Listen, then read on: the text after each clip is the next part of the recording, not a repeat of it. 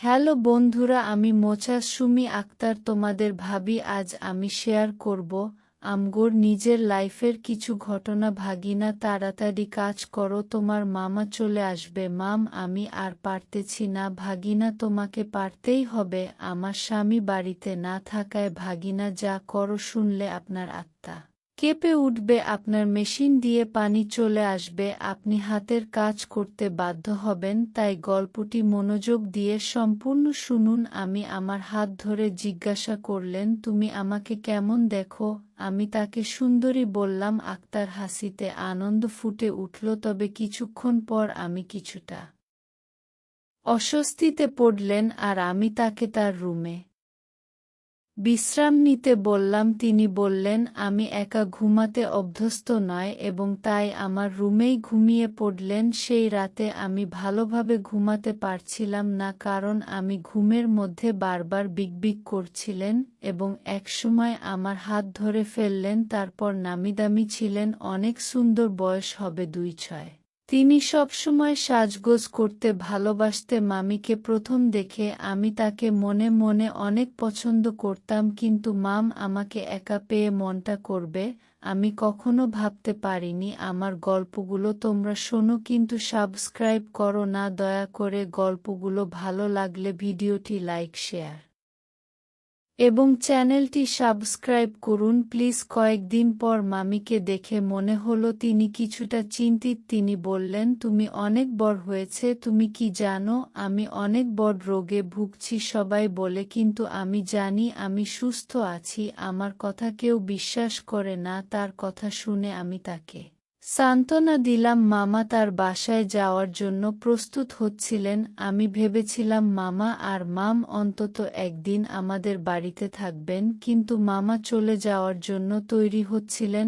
আমরা সবাই মামাকে বিদায় জানাতে গাড়ি পর্যন্ত গেলাম। পরে রাতে বাড়ি ফিরে দেখি মা আর মাম গল্প করে। আমি মাকে ডেকে জিজ্ঞাসা করলাম, মাম কেন তার বাড়িতে গেলেন না? না বললেন, রাহুল মাম কিছু কাজ ছিল তাই মাম ১-৩ দিন বাড়িতে থাকবেন, সেখান থেকে কিছু চিকিৎসা নিবে। এটা তোমার জন্য ভালো হবে, কারণ তুমি যেভাবে বন্ধুদের সাথে ব্যস্ত তাতে তোমার খাওয়া দাওয়ার সমস্যা হতে পারত। এখন মামির সব ব্যবস্থা করবে এবং বাড়ির কাজে সাহায্য করবে। তখন মনে পড়ল না মন্দিরে যাওয়ার পরিকল্পনা করেছিলেন, কিন্তু এখন মাম এসে যাওয়ায় কয়েকদিনের জন্য বাড়িতেই থাকবেন। না না, তীর্থযাত্রায় যাবে। আমি আগেই বলেছিলাম তুমি চিন্তা করো না, দর্শনে যাও, আমি গৃহস্থালির কাজগুলো দেখব। পরদিনই মা তার বন্ধুদের সঙ্গে ১-০ দিনের জন্য দর্শনের চলে গেলেন। যাওয়ার আগে মা আমাকে বারবার ফোন করছিলেন যাতে আমি ঠিকমত খাওয়া দাওয়া করি। একদিন যখন রান্নাঘরে গেলাম, মাম সেখানে ছিলেন এবং বললেন, তুমি যে খাবার চাও তা নিজে তৈরি করে নাও। সাধারণ আমি প্রতিদিন সন্ধ্যায় ২টো ডিম সেদ্ধ করে খেতাম, কিন্তু আজ মাম আমার জন্য খাবার তৈরি করে রেখেছিলেন। তিনি বললেন, আমি বিকেলে তোমার ঘর পরিষ্কার করতে গিয়েছিলাম, তখন তোমার খাবারের তালিকা দেখলাম। আমি খুশি হয়ে বললাম, ওয়াও মাম, তুমি তো খুব স্মার্ট। এরপর আমি মামিকে আলিঙ্গন করলাম, যদিও সেটা খুব সাধারণ একটা মুহূর্ত ছিল। মাম প্রতিদিন আমার খাবারের তালিকা দেখে সময়মতো খাবার তৈরি করতেন। ২ দিন পর মাকে ফোন করেন। বললাম, মা আমাকে একবার ফোন করো না, আমি ভালো আছি। মাম আমার জন্য সব ঠিকঠাকভাবে খেয়াল রাখছে, তুমি তোমার যাত্রা উপভোগ করো। সেই রাতেই মাম আমার সাথে কথা বলতে শুরু করলেন। আলাপের মাঝে আমি জানতে চাইলাম তার কি চিকিৎসা চলছে। মাম হাসি দিয়ে বললেন, আমি পরিবারে নতুন অতিথি জানতে চাইছি, এজন্য কিছু প্রস্তুতি নিচ্ছি। আমি মামিকে আর কোনো প্রশ্ন করলাম না। হঠাৎ একদিন আমি একটু ভয় পেয়ে গিয়েছিলেন, কারণ বাইরে ঝড় হচ্ছিল, আরবি শব্দ হচ্ছিল, আচমকা বিদ্যুতের শব্দ তিনি ভয় পেয়ে আমাকে জড়িয়ে ধরলেন। আমি একটু অবাক হয়েছিলাম, কারণ তিনি সাধারণত এমনভাবে প্রতিক্রিয়া দেখা। আমি তাকে শান্ত করে বললাম, মাম, ভয়ের কিছু নেই, আমি আছি। যদিও পরিস্থিতি একটু অস্বস্তি করছিল, কারণ তিনি আমার মাম। আমি পরিস্থিতি স্বাভাবিক করার চেষ্টা করলাম। তিনি কিছুক্ষণ পরে শান্ত হয়ে গেলেন। আমি তাকে বললাম, আপনি বডিবিল্ডার ভাগ্নিকে নিয়ে চিন্তা করবেন না, আমি এখানে আছি। আমরা দুজনেই হাসলাম এবং আমি তাকে তার রুমে বিশ্রাম নিতে বললাম। সকালে তিনি আমাকে বললেন, তুমি চাইলে আমার রুমে ঘুমাতে পারো যাতে একা একা ভয় না পাও। কিন্তু আমি তাকে আশ্বস্ত করলাম যে আমি ঠিক আছি। বিকেলে যখন তিনি তার চিকিৎসার জন্য বের হলেন, তখন আমি ঘর পরিষ্কার করতে ব্যস্ত ছিলাম। একদিন রাতে ঘুমানোর আগে যখন আমি আমার রুমের আলো নিভিয়ে দিয়েছিলাম, তিনি দরজায় লক হলে দরজা খোলার পর তিনি আমাকে জিজ্ঞাসা করলেন, সব ঠিক আছে তো? ভয় পাওয়ার কিছু নেই, আমি আছি। এটা ছিল মামুর যত্নের প্রকাশ এবং আমি মৃদু হেসে তাকে আশ্বস্ত করলাম যে সব ঠিক আছে। আমি কিছুটা চিন্তিত ছিলাম। তিনি বললেন, রাহুল, আজ আমি আমার বোনের রুমে একা ঘুমাতে পারবো না। আমার মাথায় অদ্ভুত চিন্তা আসছে। তুমি কি আমার রুমে ঘুমাবে না? হলে আমাকে তোমার রুমে ঘুমাতে দাও। আমি তাকে শান্ত করে জিজ্ঞেস করলাম, কিসের ভয় হচ্ছে? তিনি বললেন যে ডাক্তারের কাছে আমি যাচ্ছি, তার চিকিৎসা নিয়ে কিছু অস্বস্তি লাগছে। জানি না সে কি করবে, কারণ সে পুরুষ ডাক্তার ছিল। আমি তাকে বোঝানোর চেষ্টা করলাম যে সবকিছু ঠিক আছে, কিন্তু মাম তখনও কিছুটা বিচলিত ছিলেন। তিনি আমাকে শক্ত করে ধরেছিলেন, যেটা আমাকে যা তাকে অনেক সুন্দর লাগছিল। আমি অবাক হয়ে তাকিয়ে বললাম, মামি, কিছু দরকার ছিল? তিনি বললেন, রাহুল, তুমি প্রতিদিন ঝিম করে এত কষ্ট করো, তাই শুধু জানতে চাইছিলাম তোমার শরীর কেমন আছে। আমি একটু রত হলেও হেসে বললাম, আমি ঠিক আছি মাম। তিনি দুঃখিত হয়ে বললেন, ভুল হয়ে গেলে শরীর। তারপর তিনি রুম থেকে বেরিয়ে গেলেন। আমি বুঝতে পারলাম তিনি কেবলমাত্র আমার জন্ম নিয়েছিলেন,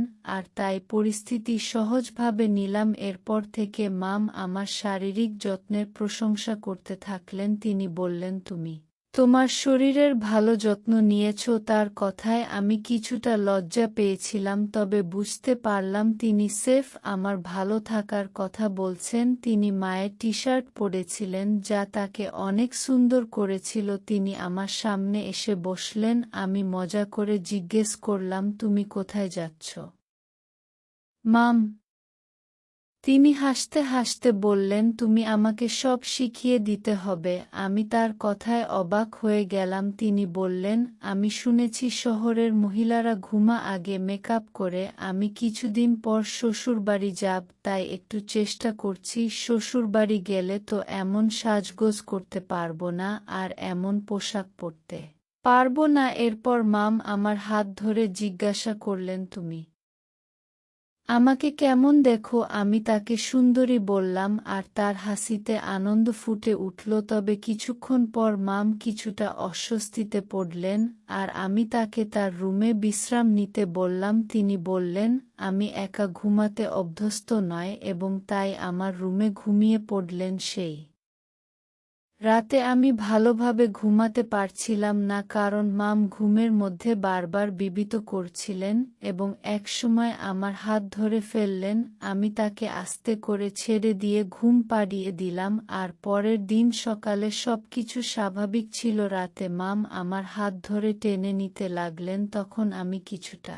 বিরক্ত হয়ে গেলাম, কারণ ঘুমাতে পারছিলাম না। আমি শান্তভাবে তার হাত সরিয়ে দিয়ে উঠে বিছানাটা মেঝেতে রেখে শুয়ে পড়লাম। তবে সারারাত ঘুম আসেনি। মনে হচ্ছিল মামিকে তার বাসায় ফিরে যাওয়া উচিত। পরদিন দুপুরে ঘুম থেকে উঠলাম, তখন বাবাকে বাইরে দেখলাম। বাবা আমাকে বললেন, রাহুল, কেবলি গুবলি? আমি কোনো অভিযোগ না করে বললাম, হ্যাঁ, রাতের সিনেমা দেখে দেরি করে ঘুমিয়েছি। তিনি বুঝতে পারলেন এবং নিজের রুমে বিশ্রাম নিতে গেলেন। বাবা বাসায় ছিলেন বলে আমি মাথা নিচু করে দ্রুত খাবার খেয়ে নিলাম। পরের দিন সকালে বাবা নাস্তা করে বললেন যে তিনি মাত্র একদিনের জন্য এসেছেন এবং 4 দিন পর আবার ফিরবেন।